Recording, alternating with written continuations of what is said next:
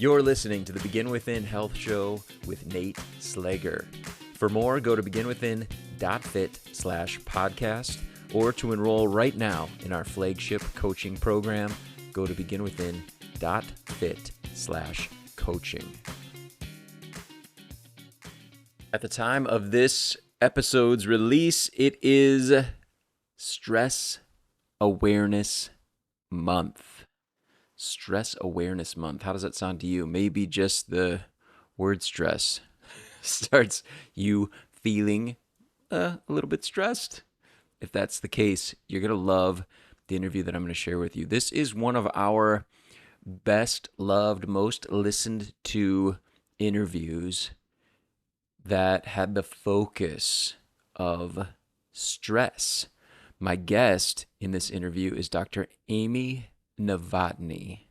She is a pain specialist, a speaker, and author. She's also an ultra marathoner, not the only ultra marathoner we've had here on the show, but she focuses on helping high-profile entrepreneurs, business owners, physicians, and others who have pretty demanding careers, things that they are focusing on that are much bigger than their own pain, their own stress, their own circumstances. But in order to operate in the realms in which they have to perform on a daily basis, they cannot be hampered by stress. They have to leave that behind so that they can serve others. She helps them to deal with chronic pain, mental trauma, stress, anxiety, sleep deprivation, even surgery. She helps them avoid it, as well as the need for medication, by helping them to deal with stress and its associated symptoms. She's here today to help us.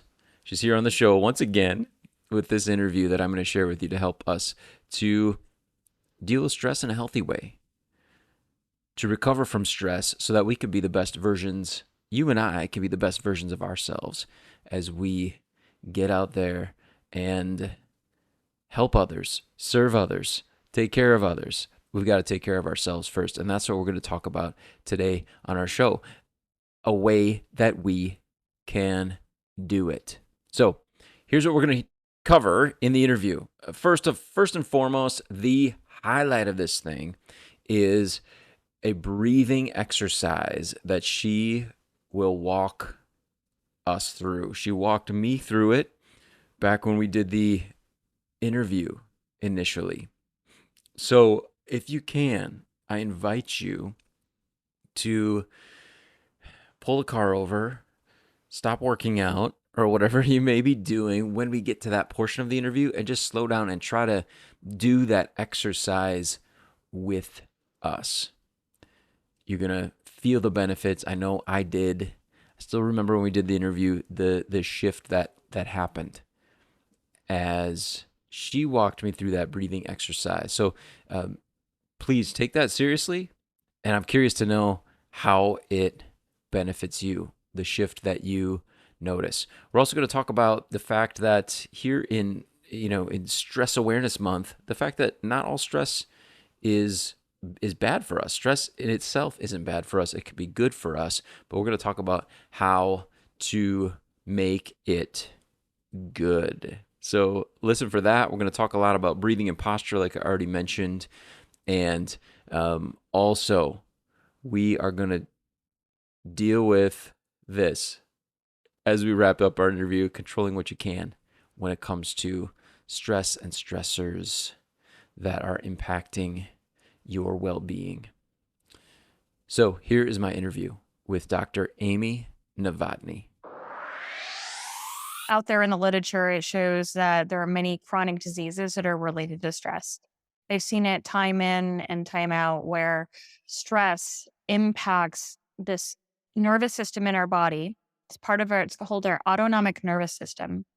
And there are three components to it. Your digestive component, the enteric nervous system, the parasympathetic nervous system, which is that rest, relaxation, sleep, repose, and then your fight or flight nervous system, which is that fight, flight, or freeze response. Okay. So stress plays an impact, has a role in that and impacts that. And it puts us into that fight or flight mode. It puts us on high alert, whether or not we want that. And it causes chemical changes in our body, cortisol levels increase. It, can affect adrenaline.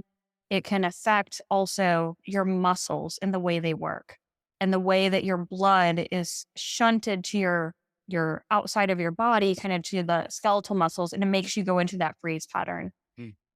So there are many ways, whether it's affecting disease processes, whether it's affecting your ability to think, perform, be creative, be imaginative, whether it affects your mobility, your ability to get stronger, have power, speed. So stress is everywhere. Obviously affects our mood as well, because Yeah. normally when we're stressed, we're not always the most pleasant. So it really impacts every aspect of your life. Wow. Um, so I have a question for you. I mean, as we're helping people exercise and work out, and you mentioned like get stronger, we're placing stress on them. So what's like, what, how would you explain the difference between, if you don't mind me putting you on the spot a little Oh bit, yeah. the difference between like good stress or Mhm. negative stress, Mhm. if that's a way to classify them? Yes. Yeah, you can classify good stress versus bad stress, or positive stress versus negative stress. And so there are times in our life where we do need to have a stressful event or something applied to us to help us get to the next level, to motivate us, to energize us. And those types of stressors are short term stressors.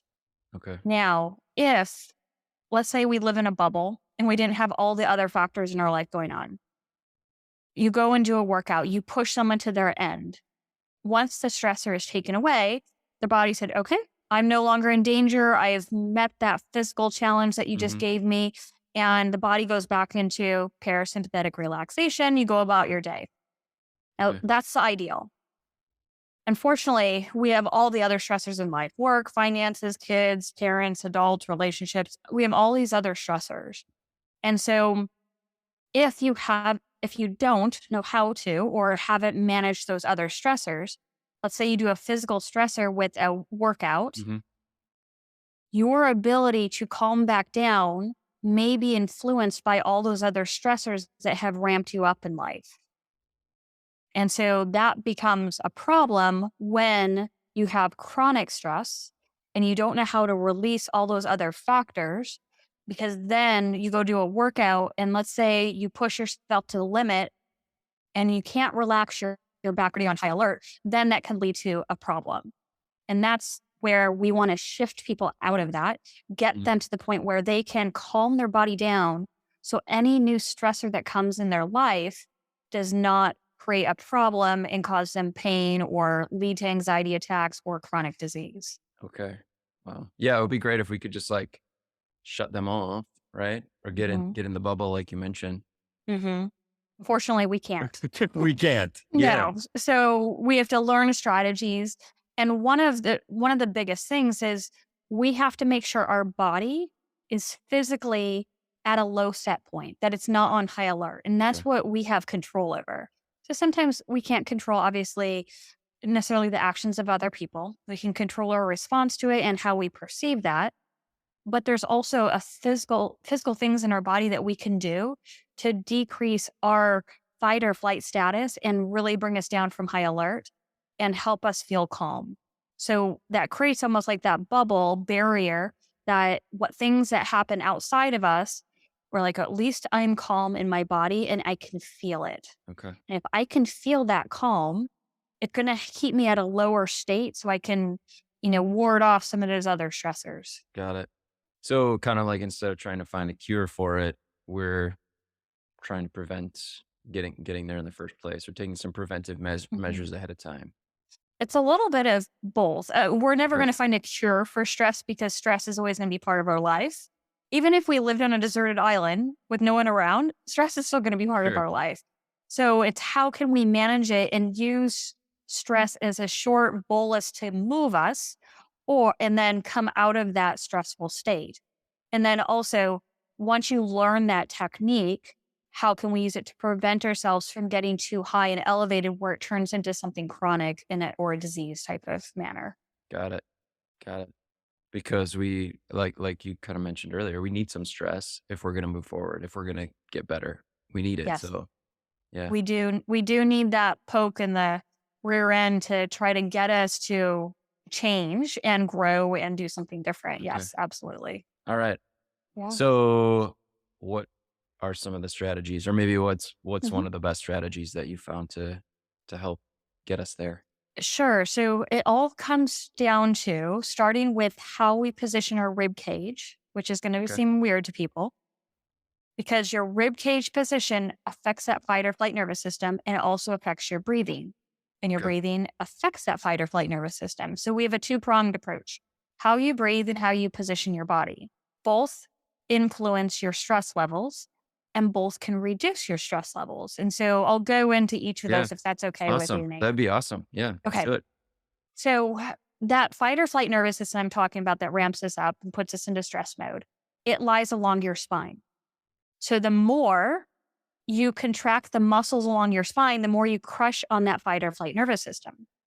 So now this is going to be very counterintuitive to all you fitness people out there. But I have done this for years and I've helped so many people out of pain and stress and surgeries. You know that posture that we're all taught, chest out, shoulders back, suck up your gut?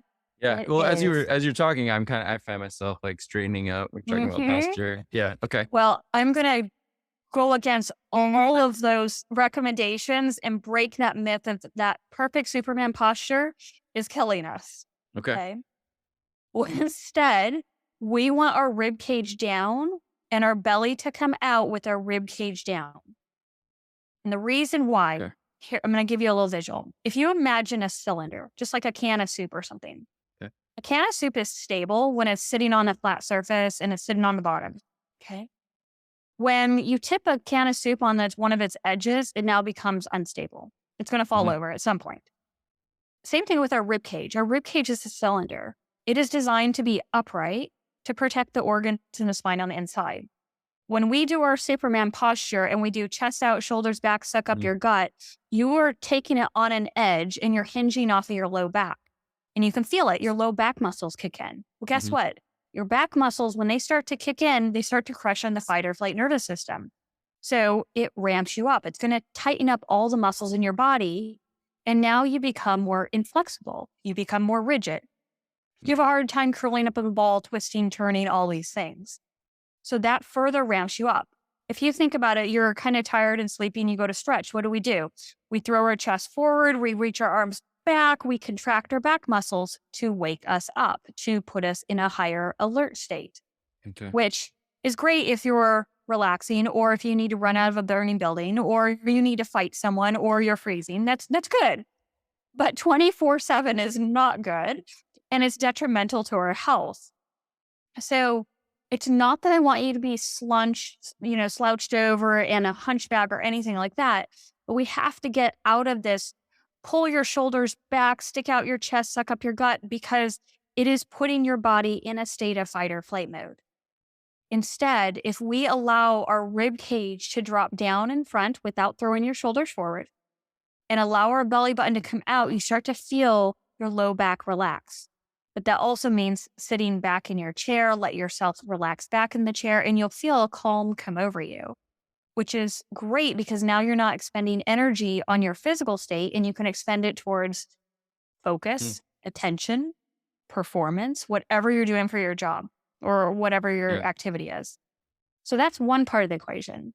Now, if we look at how you breathe, when I lift up my rib cage and elevate my rib cage in front, now I'm lifting up my diaphragm. So I'm going to use my diaphragm less because a diaphragm is a dome sitting on some walls. And the way we get air in is that that dome moves down, so it flattens on top of the walls. Air comes into our body through a suction and goes into our lungs. Now, when you exhale, the dome goes back up. Well, if the supporting structure of the diaphragm is very elevated, the diaphragm can't drop down much, so you're not going to get as much air in that way. So guess what you have to do? You have to lift up your rib cage even more to get air in. So then we get tight muscles in our neck, our shoulders, our back, and our Mm. intercostals between our Yeah. ribs. So that's going to further increase your stress. And then you get those knots in your shoulders, which further increases your stress. And the beauty of the diaphragm is when it's working well, it stimulates a nerve to calm you down. And that's ultimately what we want is we want to be calm. If you look at your dog, your cat, you think about big animals in the animal kingdom, lions and cheetahs, guess what they do all day? They curl up in a ball and they relaxed. And then when they need to move, guess what? They have as much energy as possible. And we would really benefit from that if we kind of pay attention to it. That if we want to do things for business or we want to create for a job, we want to be in a relaxed position. We want to be comfortable so we can put our energy towards our mind and our focus. Hmm. The other thing it helps is fitness. We want to be able to be calm. So when we go to work out with someone like you or other people, we can have muscles that are ready to contract, to be strong. If we can calm down our nervous system, guess what? You don't have to stretch as much because your nervous system is calm. So the muscles aren't being told to fire, Hmm. which is what happens when we feel like we're tight or inflexible. If we get the muscles back to where they're resting, guess what? You don't have to stretch. I mean, I run marathons, run 50 miles, 100 miles, run 50 miles pain free. I don't stretch beforehand. I just calm my nervous system down so the muscles are ready to go. So you can apply it in all different ways. And if we change the way we breathe, so if we breathe where we blow out and our belly comes out, you'll feel your rib cage drops down.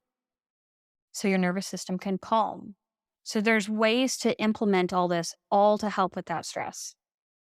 Wow. That's awesome. That's It's I've not heard it explained but like that before. So Mhm. I would Oh, imagine, and having worked with my own posture, working with clients, that those are difficult things to start shifting. mhm. Um, because we're so, like you said, we're just programming ourselves to be in this one spot that we think is good for us. Yes. What how do we start working on that? Do we Yeah. would should I curl up in a ball and try it? Usually, well, I highly yes. I'm going to say yes, but there's steps before you curl up in a ball Okay. and start breathing. So normally I start with people sitting, and we can go through a little exercise if we have time where we just kind of Sure. just explain. I'll just kind of explain a tiny bit. Okay. So if we're sitting in a chair, you want to sit all the way back in the chair, let your tailbone curl under you. For all you fitness gurus out there, it's going to feel like you're slouching a little bit because you're letting your tailbone come forward a little bit, your low back relax. Yep. You want your Sure. feet flat on the ground and then look at your knees. Your knees should be at the height of your hips or higher. That will also help relax your back. And then we start by practicing how to change your breathing to help you calm down before we start implementing it into exercises or curling up in a ball. And you can do this, anyone can do this sitting down, put one hand on your chest, one hand on your belly. And you go through a 4-step breathing process where you breathe in your nose, pause a second, blow out through your mouth, then pause and hold your breath for 3 seconds.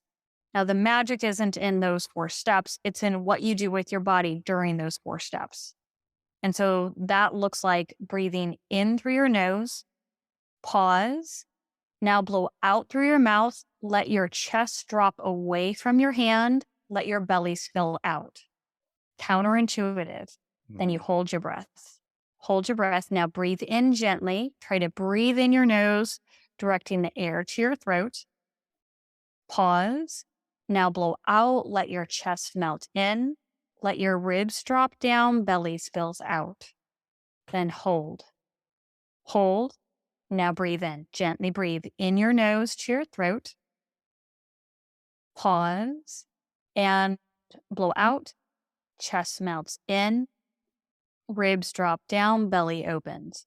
Hold, hold, and you get the idea. So there's Yeah. more to it, but you get the idea of how it can start to calm you down. Yeah. And you kind of feel like each repetition, you just kind of sink a little farther. Yes. But Yep. initially, like you said, it's a challenge. I kind of feel like that part of my brain of like, hey, you're learning something new here. Like this is Hmm. tough. This is weird. Yes, yes. So Myelinating some new circuits here.